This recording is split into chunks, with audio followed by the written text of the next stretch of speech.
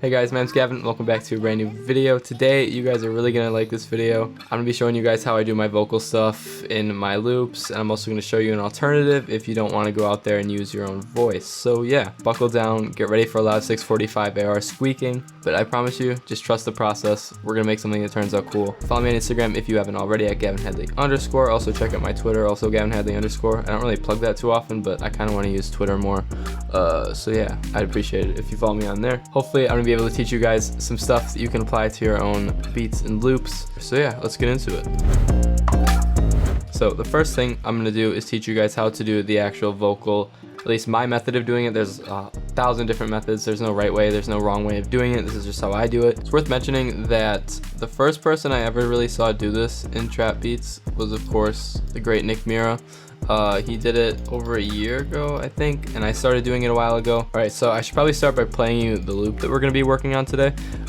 It's important to note that this loop is already pretty full. It's a completed loop. I'm actually going to put halftime most likely on it, or just do something really subtle, because when you do these vocals, I think it's really important to make them subtle, because I do a lot of vocals where I'm basically just like mumble singing into the mic, like 645 ARing. Those come out cool, but they also can come out a little bit cluttered, and when you're making loops, it's really important to leave room for the artist. You've heard that 1,000 times, so I'm not gonna you've heard that 1,000 times, so I'm not gonna spend any more time talking about that. I'm gonna play the sample here. There it is.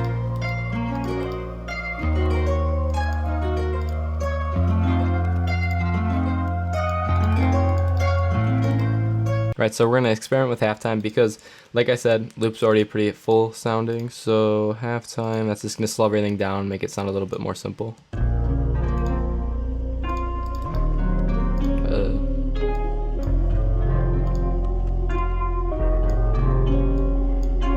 So this is gonna be our canvas that we're about to build off of. So now you just saw me duplicate these over a bunch of times. That's because I record my vocals straight into this area. I'm gonna put auto-tune on it. Some people have like a weird like thing with auto-tune. I'm putting myself on the spot today. Right, so you're gonna want to match the key with whatever loop you're using, obviously. So we're using A sharp minor. And again, I warned you guys, this is about to get a little bit silly. I'm about to just let it rip on the microphone, basically, but trust the process. We're gonna make something that sounds pretty cool out of it. So I'm just gonna unmute the mic here and just start mumbling random ideas into the mic. So yeah, what I do, because it's kind of loud, I just go like that with my headset. Sound like I'm gaming. I guess it's almost so you can like hear the auto-tune side of your voice on this side and like match it with the non-auto-tune on this side, if that makes sense. That might be why I do it. Kind of helps maybe. So we're unmuted. You can hear the auto-tune when I sing, and when I talk right now, you can definitely hear it there. But I'm not gonna record yet. I'm just gonna try to get some sort of basic idea out.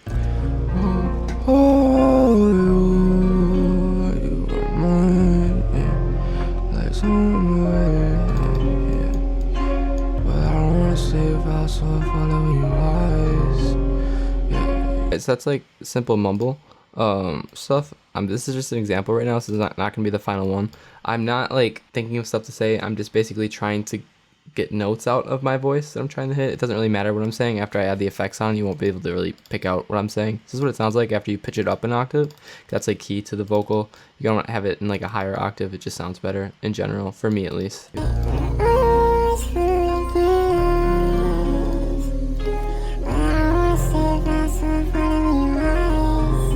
Alright, so this is what it's going to sound like when we put effects on it, just as a reference here. So we're going to start by EQing it out, taking out a lot of the high ends and then a lot of the low ends.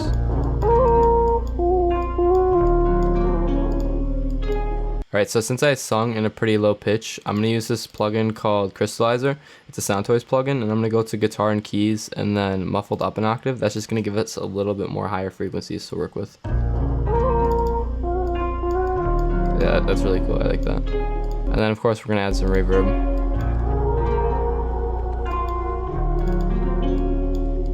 Alright, so that's just one example. That doesn't sound terrible. It doesn't sound great either in my opinion. So that's just one example. That's basically what we're gonna be doing. But now I'm gonna sit down, take a second, and come up with something I like a little bit more, utilizing a little bit more of my vocal range.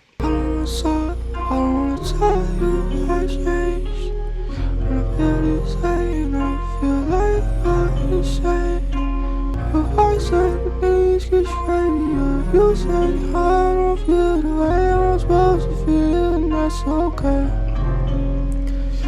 Right, and normally when I do these, I like chop up different areas and kind of mix them all in. Say like I'll go in here and I will grab like just this bar and I'll chop it, and then I'll take like another part from there and arrange them into a cool way.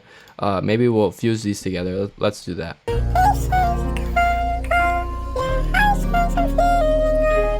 So I really like that. So we're gonna start the vocal with this. So this might sound cool.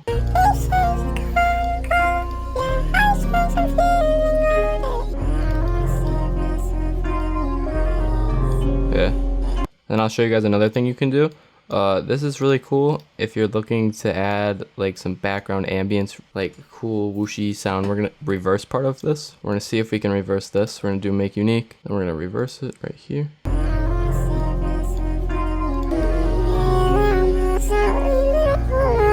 So I like this part right here. So this is gonna sound a lot cool when there's effects on it.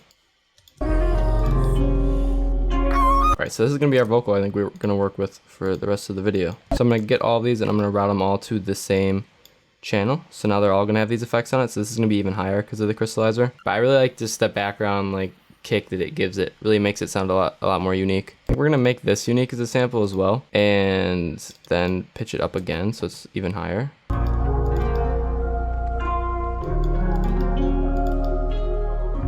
Alright, so sometimes when you do this, everything's not going to turn out perfect. Like personally, I like this first part a lot more than I like the second part.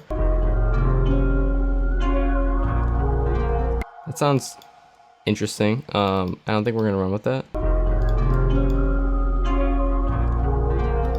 I think I like that. Just we have that contrast between like high octave and then even higher octave. I think I like that. That sounds pretty cool. So now I don't think we're gonna need these anymore. All right, so now I think I'm gonna add like another plugin just for the video. We're gonna mute this so we just hear the vocal. And also it doesn't really, I should have addressed this earlier. It doesn't really matter necessarily what microphone you have. When you drench it in all these effects, most of like bad microphones or like loud environments, you're gonna hear a lot of static. Like right now, as I'm talking, you probably hear the static in my voice a little bit just because my laptop is so loud. But it doesn't really matter when you take out all the high frequencies because you're just getting these mids and then you're drenching them in a bunch of other plugins. So overall, it should be pretty manageable for most people. And like if you don't have a mic even, you can use your phone. That's going to be a lot harder because you don't have auto-tune on it, obviously, but you can make it work if you want to do it. I'm going to add something that gives it a little bit more texture. Cassette is really good for that. And we're going to put this over everything else. All right, so I like that a lot. I really like how this loop sounds without the halftime and then with the halftime too. So this will definitely be like a part that I include into the loop when I'm exporting it, just to give whoever's using the loop a little bit more options. So this is how you make a vocal using your voice. I showed you guys some effects you can add on. You can always add like other effects on that you might have. I use tremolators sometimes. I use RC20. You can use this fruity reverb, mess with the separation. Really anything that's going to alter the way the voice sounds to make it sound a little bit more not like a voice, but also still like blending in, like just trying to like fuse the two together to make it sound a little bit more unique and less like it's 645 AR. And now we're going to hop into this pattern, and remember we're in the scale of A sharp minor. So we're going to pick a one shot. Normally I do either a bell or a piano. Right, that's a pretty good sound. And now I'm going to change it, treat it like an 808. And if you want to see me doing this another time, you can go watch my last video, how to make an EDR/tux type beat, in that, or type loop rather. In that, I actually did this very technique. We're going to go into this wrench knob and use this area, porta, and then you click the porta and then you mess with the slide, turn it up a tiny bit. I don't really know technically what this means or what this does, but it makes it sound a little bit more wobbly and like unique. It was really cool once you add reverb and stuff to it. But now we're gonna make some sort of a pattern that doesn't necessarily mimic a vocal, but it is like a background, like ambience kind of thing, similar to what we did with this guy.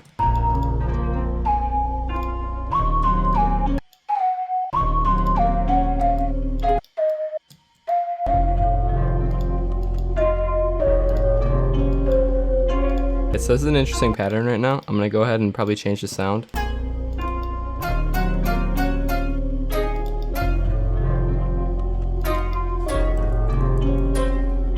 Alright, so that sounds pretty boring. You're probably thinking, I don't blame you, it does sound pretty boring. I think we gotta get that right sound first. Alright, so now we're gonna mess around with slides. So you basically just check this triangle. Something that kind of like fades out there.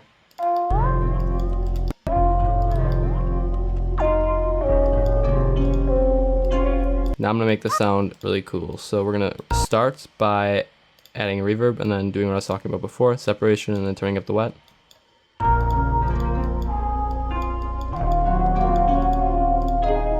Now we're gonna add the up an octave thing, and if you don't have this, you can always just like pitch it up. You can render it out, pitch it up. That works too.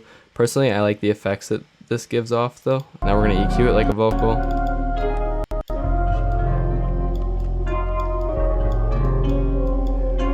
So it still kind of sounds like a bell, so now we're gonna add another instance of reverb. We're gonna add this, pitch it up an octave again. So now you guys can kind of tell where we're kind of getting close to that vocal again. So now I feel like it needs a little bit of texture. It's kind of just pitchy right now. It needs like a little bit of noise. I think we're gonna do RC20 now to switch it up. Or maybe some like distortion would sound cool, kind of like an Eden thing.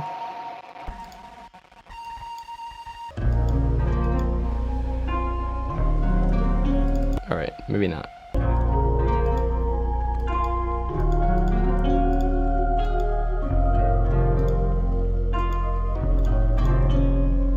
Alright, so I like that. So we're gonna play the two that we came up with. And like obviously I will say with a normal vocal you're able to get a lot more of those melodies out verbally into the loop. Like when you do a vocal you're able to like think of stuff on the spot, basically a lot more simple. And if you're like me and you freestyle a bunch on beats and stuff like when you're making them, definitely consider the whole vocal thing.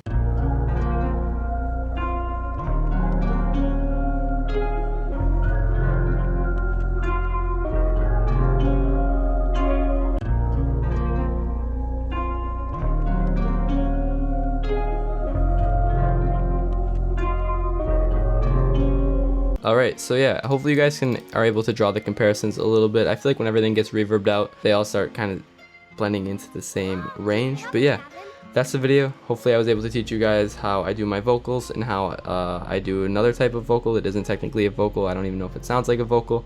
It's kind of just really ambient and adds a lot to your loops. So yeah, hope you guys enjoyed. Again, I'm going strong. Day 2 of the upload streak thingy for July. I'll see you in the next one.